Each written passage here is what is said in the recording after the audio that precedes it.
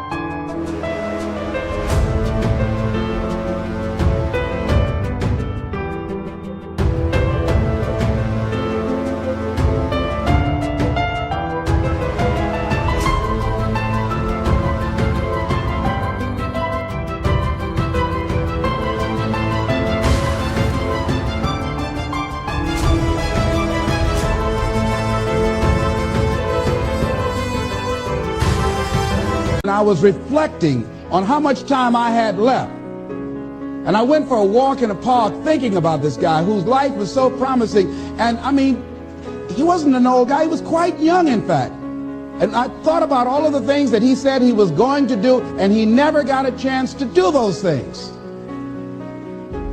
And I started thinking about my own life and how much time I had left to do the things that I would like to do.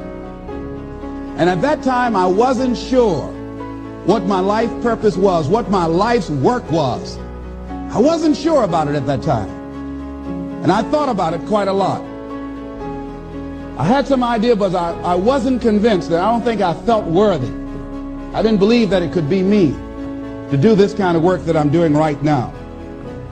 And I say to you that if you begin to take a conscious effort to find out what it is that you're supposed to do,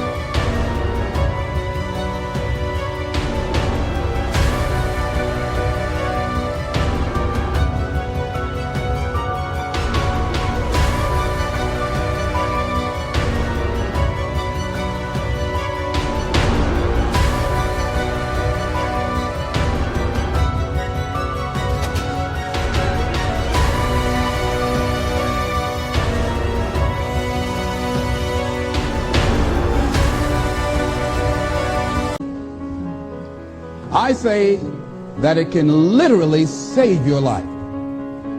I said that it can literally save your life. 85% of the American public, according to recent studies, are going to jobs that they hate, working on jobs that do not challenge them. They get sick thinking about going. Because, see, when you go to a job and you already know how far you can go, you can already see that proverbial glass ceiling.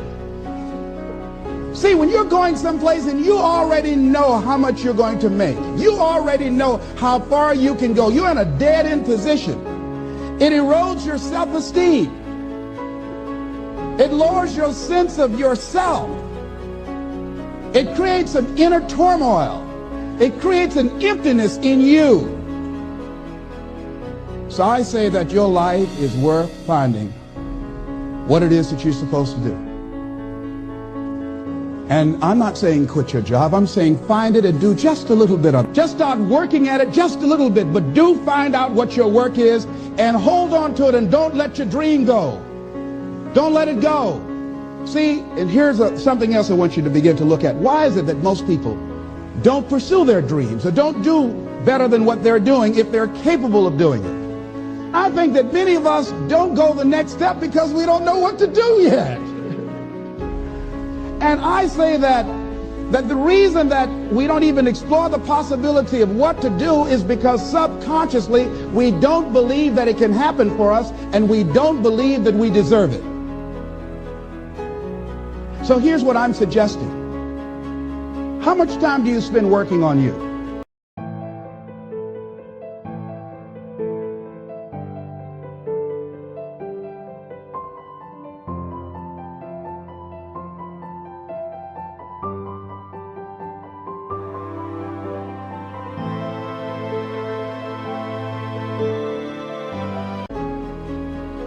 How much time do you spend every day working on your dream? In the last 90 days, how many books have you read?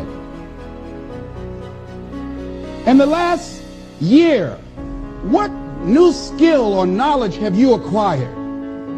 What kind of investment have you made in you? So I'm saying that as you begin to look at where you want to go, if you want to make it today, and things are changing so fast you have to literally run to stand still, I'm saying that you've got to make some conscious effort to begin to work to develop you. Here's something else. Most people are not living their dreams because of fear, ladies and gentlemen. Fear, limited vision, and lack of self-esteem.